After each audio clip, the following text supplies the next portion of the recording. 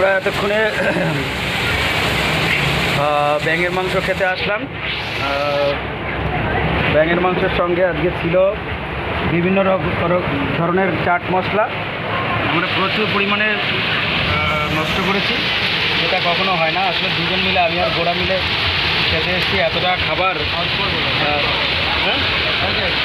তো উপরে যেগুলো বড় বড় দেখতে পাচ্ছেন এগুলো হচ্ছে বাট, আর ছোটো ছোটো পেঁয়াজ, নুডলসের পাশে পেঁয়াজের মতো যেগুলো দেখতে পাওয়া যাচ্ছে ওগুলো হচ্ছে কলা গাছ।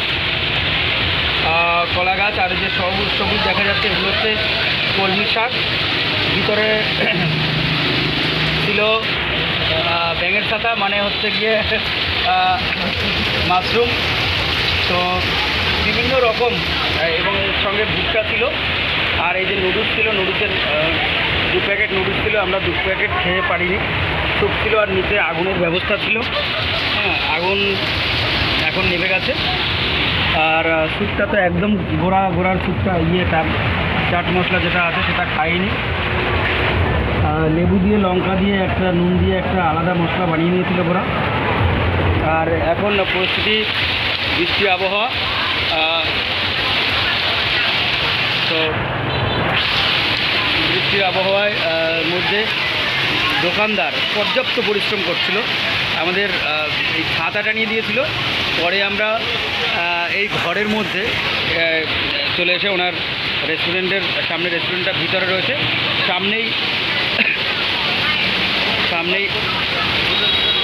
এটা লোকাল ফুড ভিয়েতনামের, এবং যার প্রচুর সেল। আপনারা বৃষ্টি হচ্ছে বলে বুঝতে পারছেন না, বৃষ্টি হচ্ছে বলেই তার মধ্য দিয়ে এত লোক।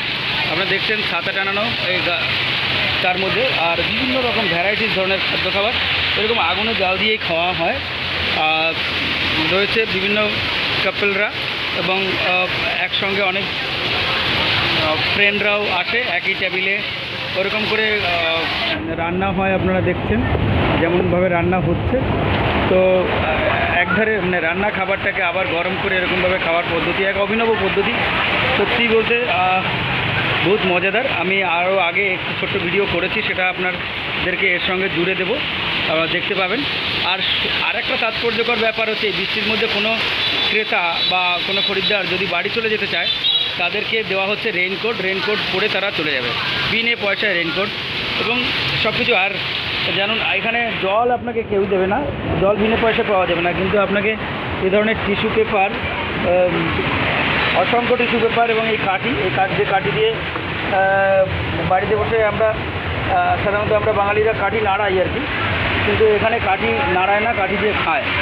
তো যাই হোক, সবাইকে ধন্যবাদ আজকের আমাদের এই ভিডিওটা দেখার জন্য। আর বৃষ্টি না হলে এখানে যে কত ভিড় থাকে তা আপনাদেরকে দেখাতে পারতাম। এই চেয়ার টেবিলগুলো ফাঁকা রয়েছে। আমাদের দোকানদারকে আপনারা দেখতে পাচ্ছেন, যে ছোটো ছোটো ছেলেরা কর্মচারী, এবং ওই যে ভদ্রলোক কাঁধে ব্যাগ, উনি হচ্ছে দোকানদার। সবাইকে ধন্যবাদ। পাশেই আরেকটা রেস্টুরেন্ট রয়েছে, এগুলো লোকাল ফুডের দোকান। ধন্যবাদ সকলকে, প্রণাম।